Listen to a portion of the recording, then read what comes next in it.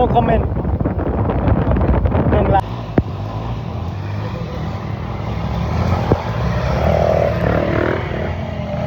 เลยสบายนี่ถึงเมืองลาวโอ้สบายแท้โอ้ภูเก้าหลักไปกาซี But the name we call here Switzerland Lao, yeah? Switzerland Lao. Doesn't like it. I was in Switzerland.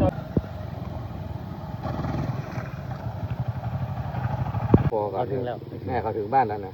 เขาถึงแล้วจังได๋อ้ายทีมหมูป่าบ่แม่นเนาะเฮาเป็นทีมแมวป่า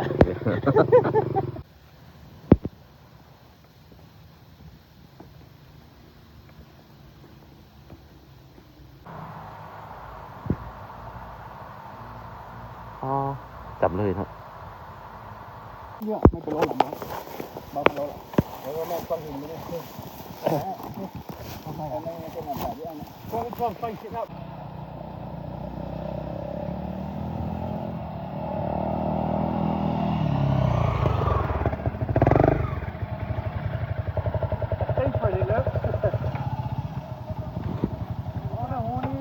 หอดแล้วใส่สมบูรณ์เสียงควงลองแจ้งใส่สมบูรณ์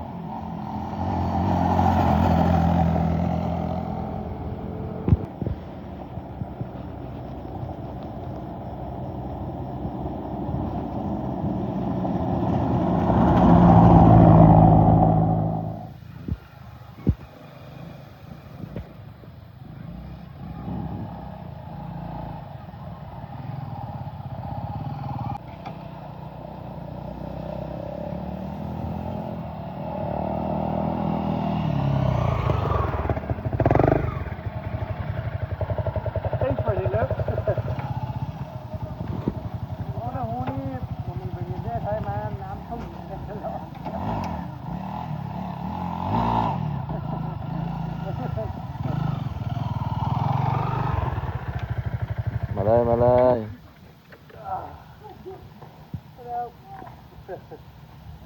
มาเลยอาจจะมาเลยถ่ายวิดีโอนี้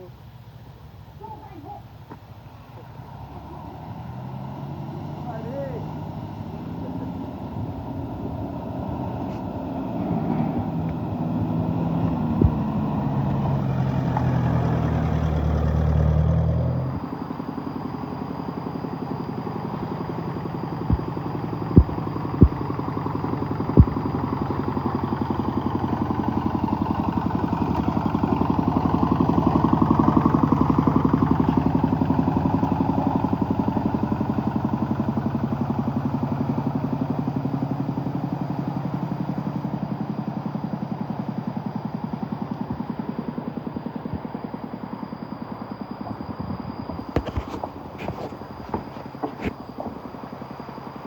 แล้ว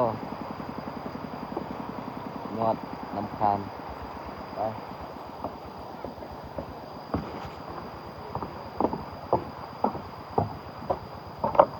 Oh good sir so fast I cannot drive fast and then I'm stop and then I wait like 2 minutes and then brush go and then I'm slow yeah that's very nice faster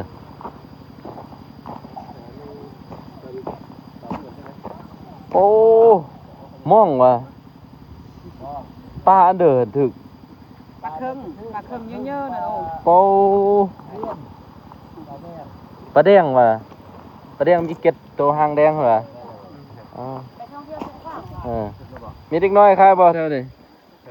บ่มีเหรอมีเด็กน้อยคายบ่ วายอกแล้ววายอกแล้ว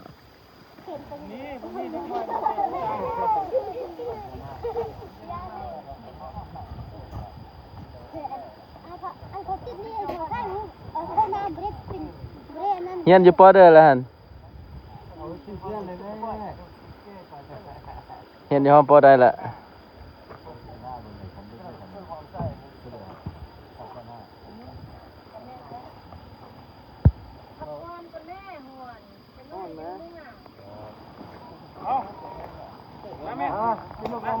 ถ่ายรูปไว้ถ่ายขนมไว้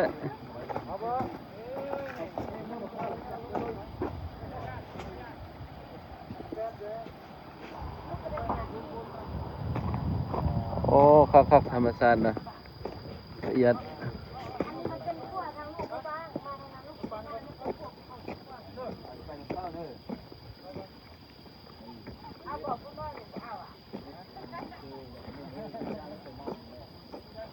ครับ Mr.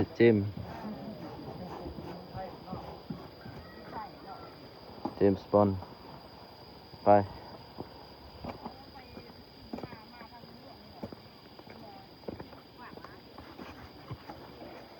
Ghost Rider ไปครับเลยละเอียด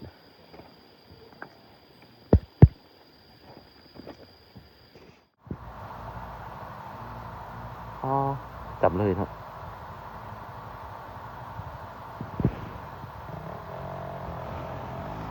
คาเด็กซ์ไปฝรั่งออสเตรเลียจัดไป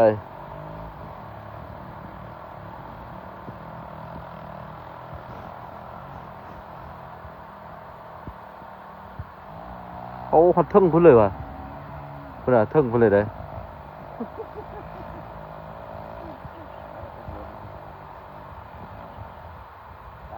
ขึ้น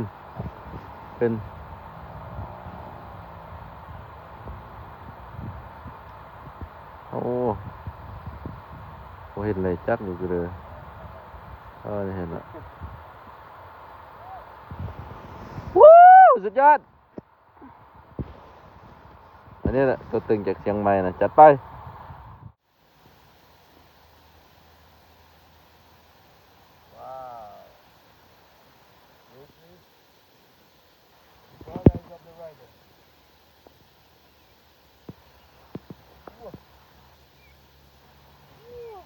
เสียงควงลาว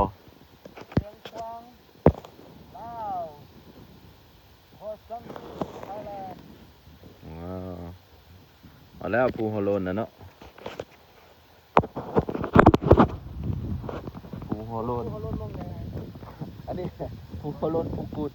เสียงควงอันนี้นะเดี๋ยวไปภูฮอลโลนใส่สมบูรณ์อีกมือมาเลยยงมาตราห้ำGhost Rider วางเวียงจัดไปโอ้งามนี่เลยอยู่ลุมเนาะ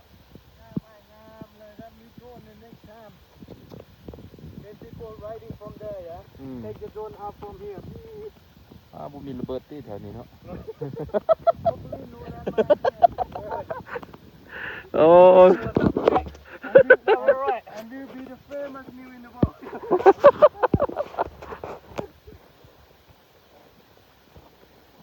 ว่ากว้างเนาะใหญ่ดีเว้ย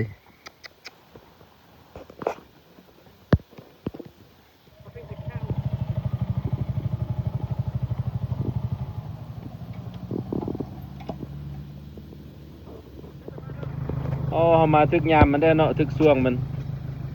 ช่วงที่ขามเอารถใหญ่ขามได้เนาะ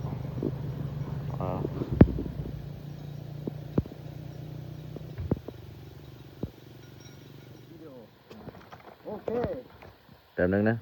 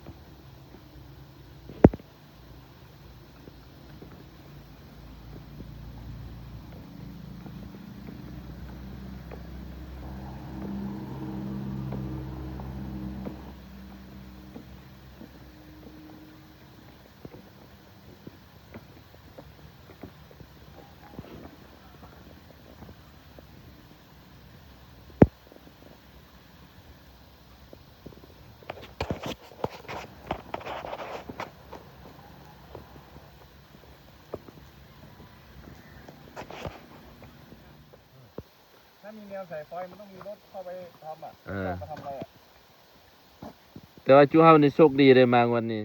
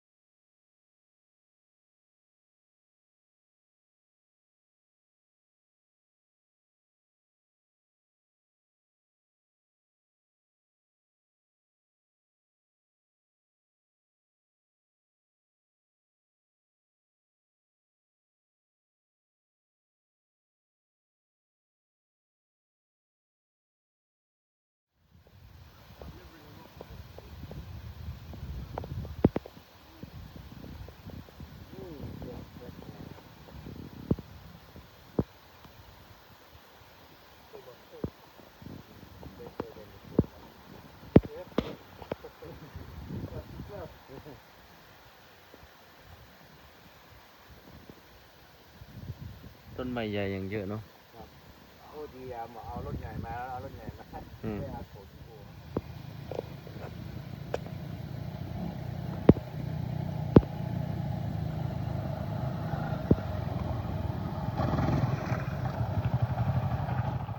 แล้วบ้านพันไซ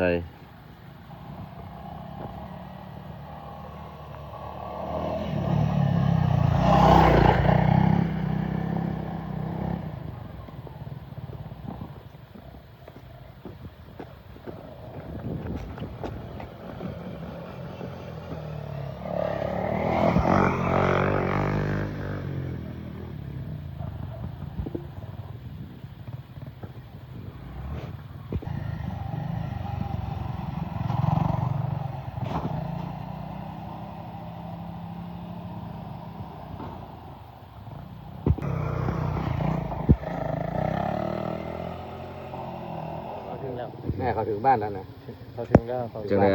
ทีมหมูป่าบ่แม่นเนาะเฮาเป็นทีมแมวป่าเขาจะออกมาก่อนเนาะ โอ้มื้อนี้โอกาสดีเพราะว่าบ่ก็คิดว่ามันเป็นอยู่โซนในเนาะแถวลงแจ้งเท่านั้นถัดมาแวกมาเจอนี่โอเคเอาสิมาช่วยเหลือเพิ่นติไอ้เรื่องนั้นได้เฮาบ่ฮู้ทางไปหัวโล้นนะโอ้บังเอิญอ่ะดี หมูป่านี่13วันวะ 13วันบ่มีเข้าบ่มีนี่มันรออะไร อันนี้7วันเนาะ นี่7วันนี่นะแป๊บเดียว 7 แต่ วัน นั้นนี่ดำน้ำก็จะออกมาได้เลยพ่อช่วยยากคนทำไปดำน้ำหรือว่าไปสวยงาม คนทางมาเนาะขอให้7คนปลอดภัยออกมาได้เนาะไอ้เนาะ แน่น โอ อน เคโอ้แม่น เพราะเทวดาเป็นเบิ่งนี่นะให้เข้ามาในหมู่เจอคนเลย แม่นเฮาก็มาบ่เจอฝนจักอย่างเลยโชคดีไป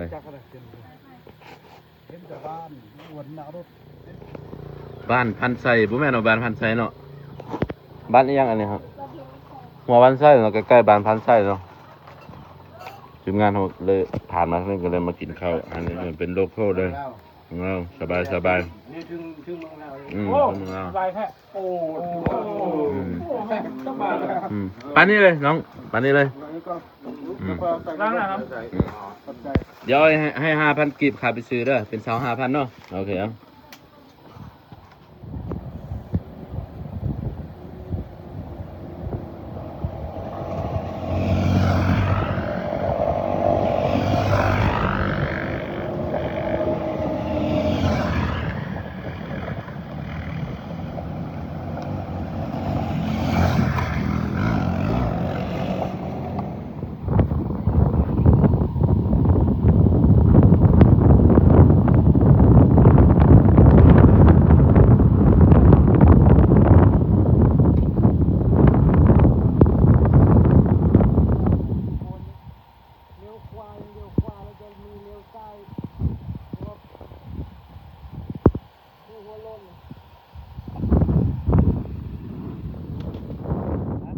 ตัวใดเมื่อก่อนสมัยเลยเอาขึ้นแต่ว่าเขาไม่เอาขึ้นหอดแล้วใส่สมบูรณ์เสียงกว้าง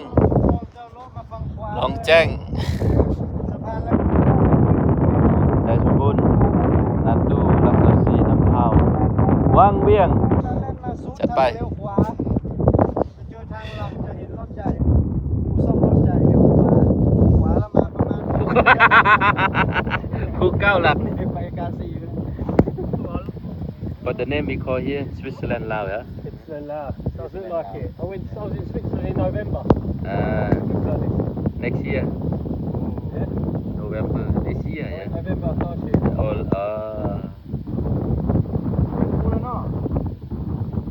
yeah. ยังไงพ่อใหญ่เมื่อยบ่มื้อนี้ ครับเมื่อยครับ บ่เมื่อยติม่วนติปวดแขนมื้อแรงเฮ็ดจังได๋ปวดแขน ครับจับ บ่สักสาวน้อยนี่เกียบแล้วบ่เป็นหยัง จับสาวน้อยเลย นานเป็นคนฮักลูกฮักเมีย ครับเมียเป็นเมียสี่ เมียได้เมียสี่ได้เมียสี่ยังเด็กของงานเฮานี่เป็นจังไดมื้อนี้ โอ้เบิ่งแล้วมีมอนครับ ม่วนครับ คนกันนะครับก็มีตัวแง่ครับมีสุดยอด อากาศตอนนี้เป็นยังไงลมพัด โอ้ fresh air สุดยอด ยอดครับเมืองแล้วสุดยอด เมืองเรา อ๋อกำลังลงมา วันนี้นอนเลยไม่ไหวแล้ว ผมไม้ที่รถมาหลอดนะ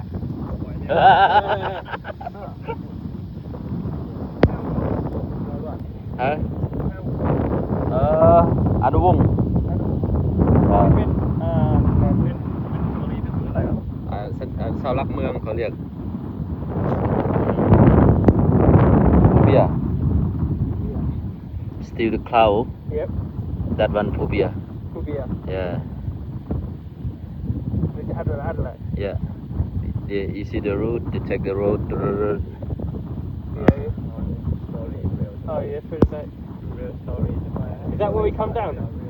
That's where we come down with it? yeah we'll see the road on the left side yeah Yeah we come that way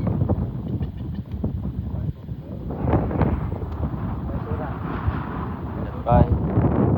Ghost Rider วังเวียง Welcome to ไซสมบูรณ์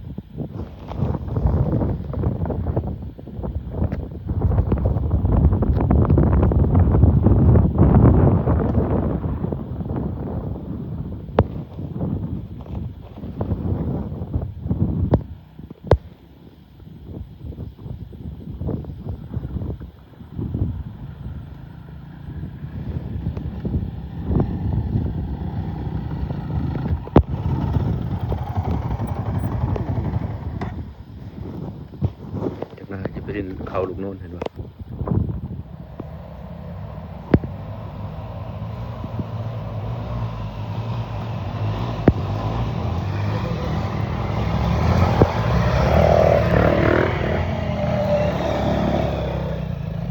ว้าวสุดยอด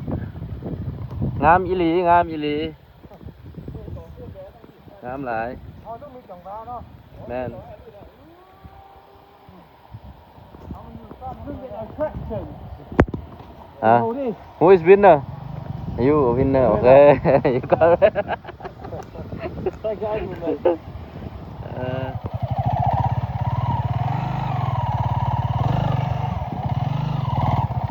เอาคนมาเล่นกำลังนี่เพื่อได้ปล่อยผู้สาวมาได้เลย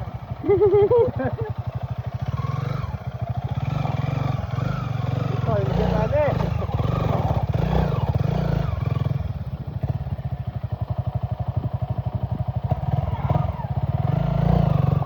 จัดไปไอ้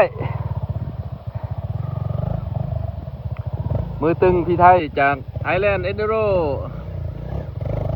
เชียงใหม่จัดไปโอ้คือขับแค่คือง่ายใช่ปะโอ้หยุดคือกันเนาะ ขึ้นอยากมันจังหวะมัน ได้ป่ะครับ นักมันเยอะเลย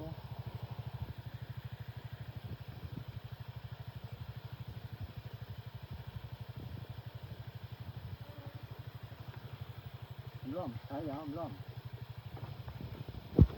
จัดไปพี่แจ็ค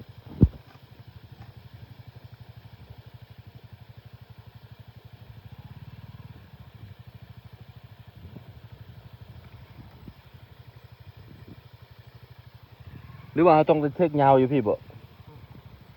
มันบ่มีแห้งน้องว่า ห้องเนาะ เนาะ ห้องรถด้วยเนาะ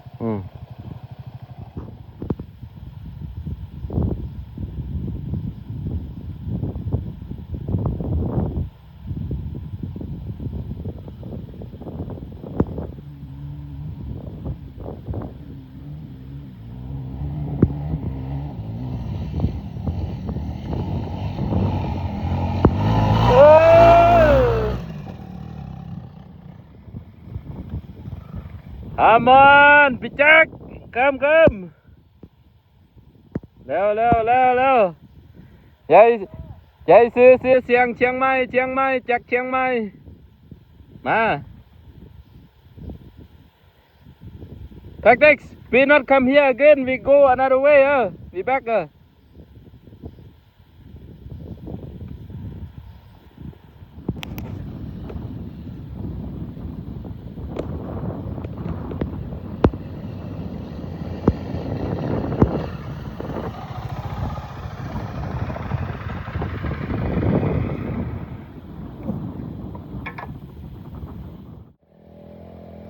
đi lại vào đây hit neutral hết tao chẳng xíนี่ไม่ได้กดเตาแล้ว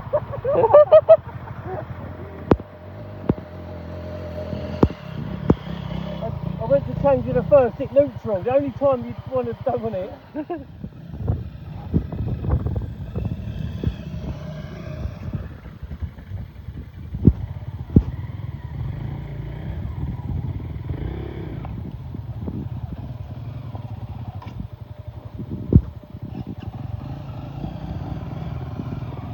ลองนี่เลย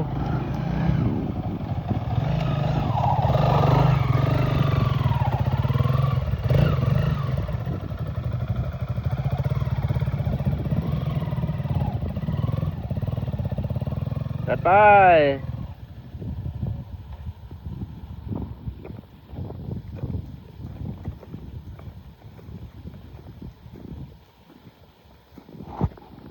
เอาจะเลี้ยวกลับจากไหนพี่แจ็ค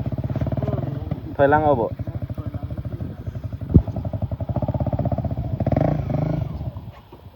โอ้ Speed up, yeah. pick up already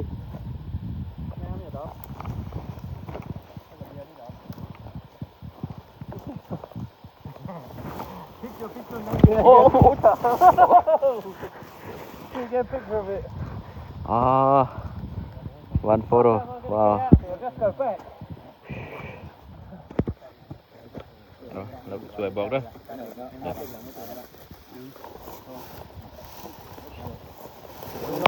ปึ๊บ ได้ยังกินเยอะไม่เป็นไรหรอก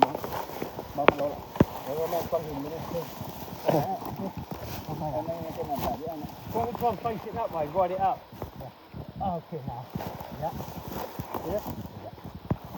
The bobble.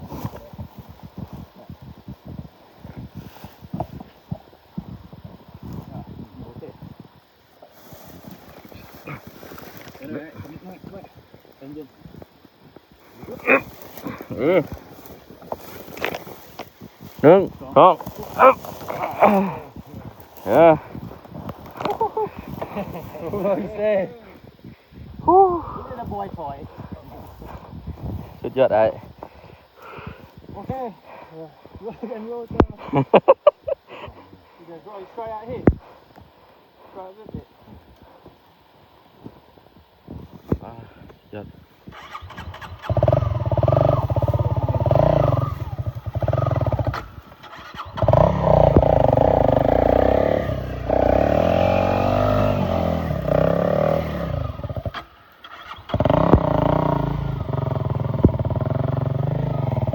สุดยอดซูเปอร์เอโดโรสุดยอด Oh, เอาจังซี่ได้เด้อเด้อ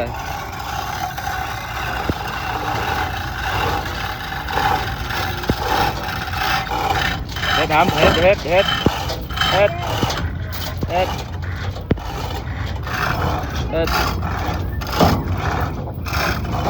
ไปป่าเลยเด้ไปหัวหน้าไป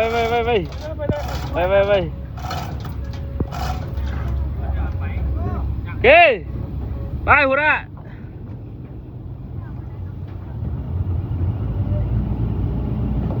เอาบ่เมื่อว่ะ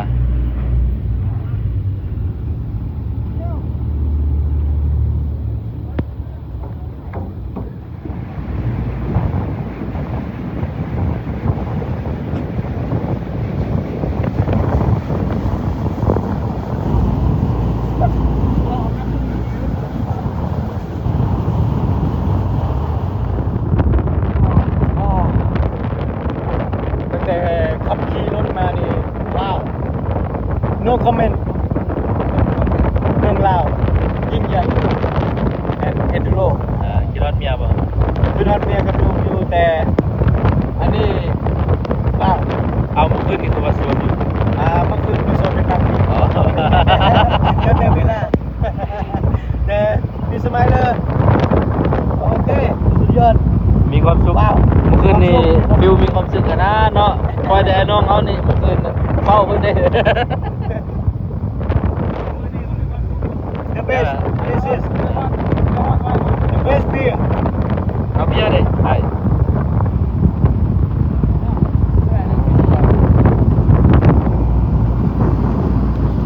ผมใจลายธรรมชาติที่สวยงามในเมืองลาว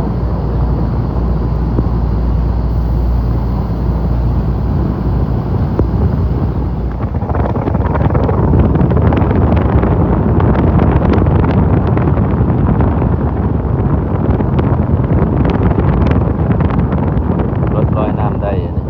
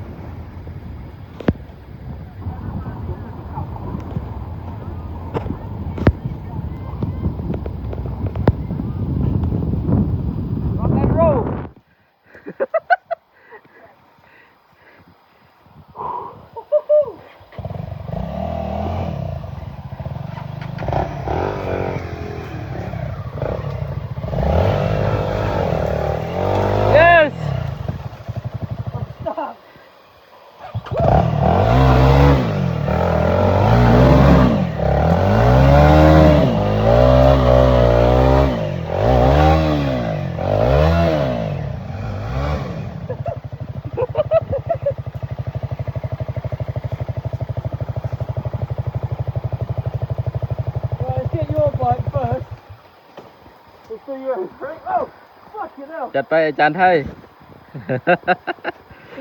Ready? So lift it. Yeah.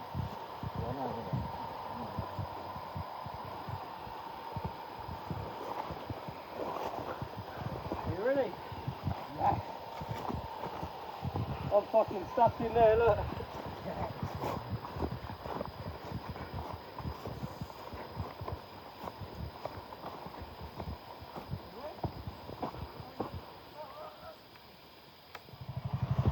ไปอาจารย์ไปอาจารย์เจมส์ Let's go. นั่นแหละวะ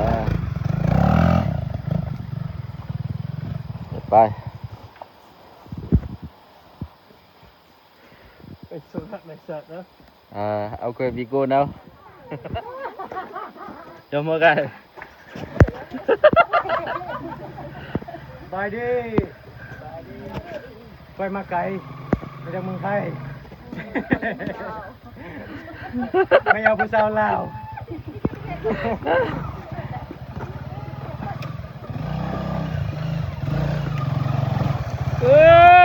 จัดไปอาจารย์วู้เห็นบอกกองเสียน่ะ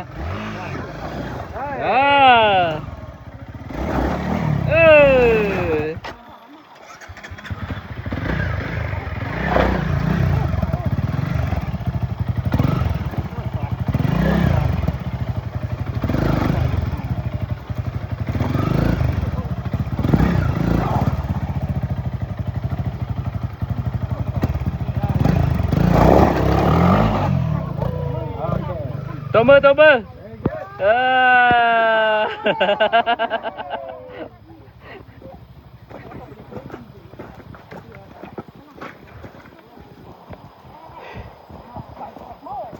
เอาโหยละบ่เริ่มริ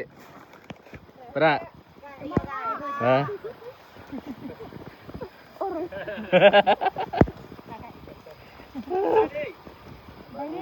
ค่ะเดี๋ยวยังอมได้บ่นี่ ถ่ายรูปด้วยได้บ่ ได้ถ่ายรูปพร้อมอยู่อ่ะดูนี่มาเกิบ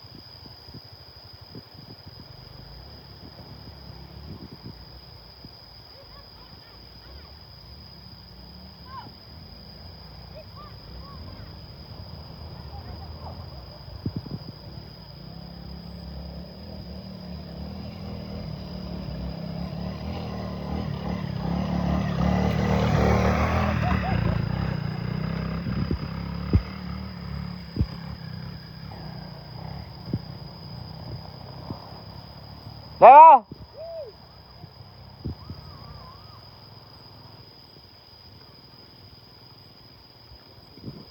เฮ้ยมือไง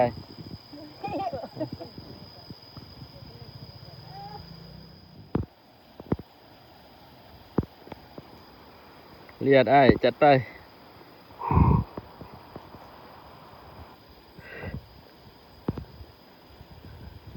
เอาจะไปอาบเลยบ่ยังใจบ่ ว้าว 1 2 3โอเคจัดไป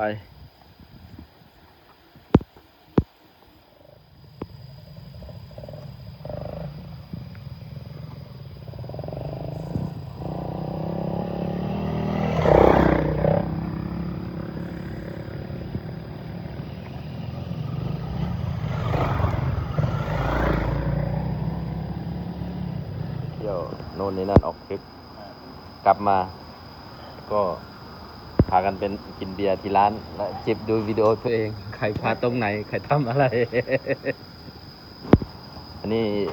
สร้างเมืองไทยเนาะขอบใจหลายๆเด้อพ่อใหญ่บัตรอันนี้เสียเชียงใหม่เขินนี่ไอ้เจมคนรอหัวหน้าทัพนำทีมเปิดห้างแล้วก็ไม่ห่างไม่ไม้สาวลาวก็ตายหลายคนละพอหยอกเด้ออันนี้ไอ้ไทยเนาะมือโปรมือตึงยกล้อ 7-800 เมตรจัดไป เสีย F คู่ใจเนาะนำทางโอเคขอบใจเป็นใจเด้อเปลี่ยนน้ำมันเครื่องนะ everything service ให้แล้วก็ค่อยบวกลบคูณหารกันเนาะ โอเค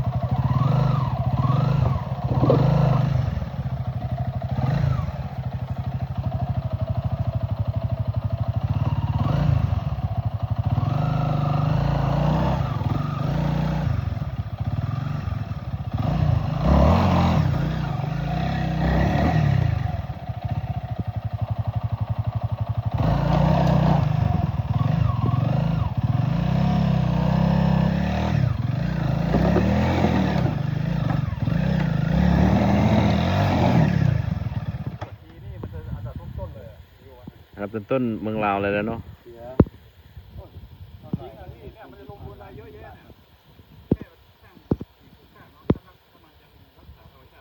อืม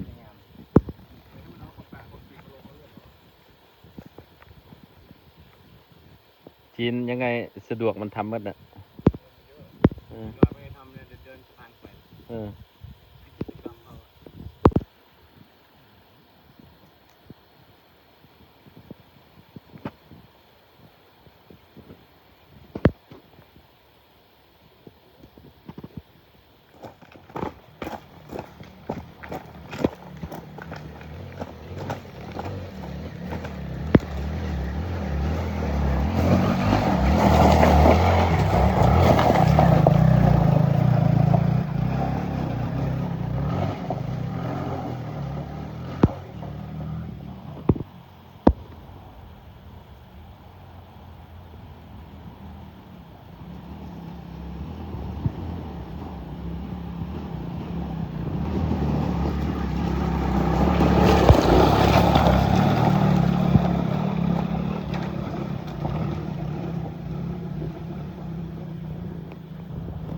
แก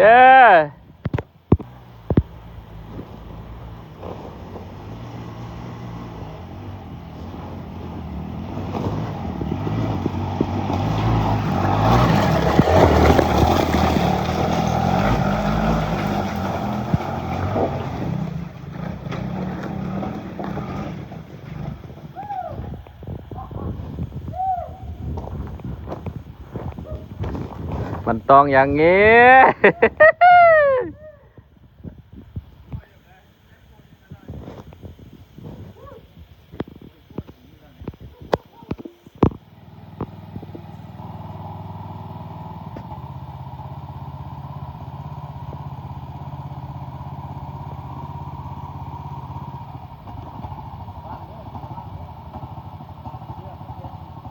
มันไหมว่ามูลอับยับมูลอับยับ มันมีไม้เอาเวทนี่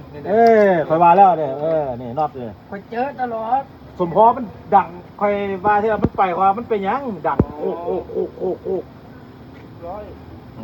นี่ละ เรียบร้อยครับ30,000ก็พี่ ไม่เลยกัดหมดเลยเนาะ ว่าตัวนี้จะ สั่งนกสยางเนาะ เมื่อวานนี้ก็แปลงเบิดมื้อ มื้อนี้ก็เบิดมื้อ ที่เป็นแย่แล้วมันตั้งขัดลุ่มมันด้านนอก ดูทางเรียนนี่เป็นทางที่มีเป็นห้องที่ไปแน่นี่มันมีสวนมีตามมีสวน เอาเข้ามาหนา บรรยากาศไฟคำยำแรงแรติกส์คนสตอรี่เนาะซอยสักุระเลยดูว่าสาวหลายดับเนี่ย7 โมง 8 โมงแรง1 โมงตอนเช้าบรรยากาศรวมๆสักุระบ้างเมืองเวียงแกงเวียงจันทร์ไปที่มีสีมือลวดลายมือเต็มชั้น2เลยว้าวการดาราไปแล้วย่างเจอหมูตัวเองอยู่โต๊ะข้างหน้าเป็นว่าสมาเลยถ่ายรูปกันเด้อตัวงานวันนี้นี่หลายคนจัดเบียร์เหล้าเบียร์ปองเบียร์กำลังเศร้าทีมงานก็ได้พากันง่ายๆกลับบ้านเพราะว่าเราก็สามารถไปสัญญาบุรีออกเมืองน่านไปออกด่านไปฮุกน้ำเพชรได้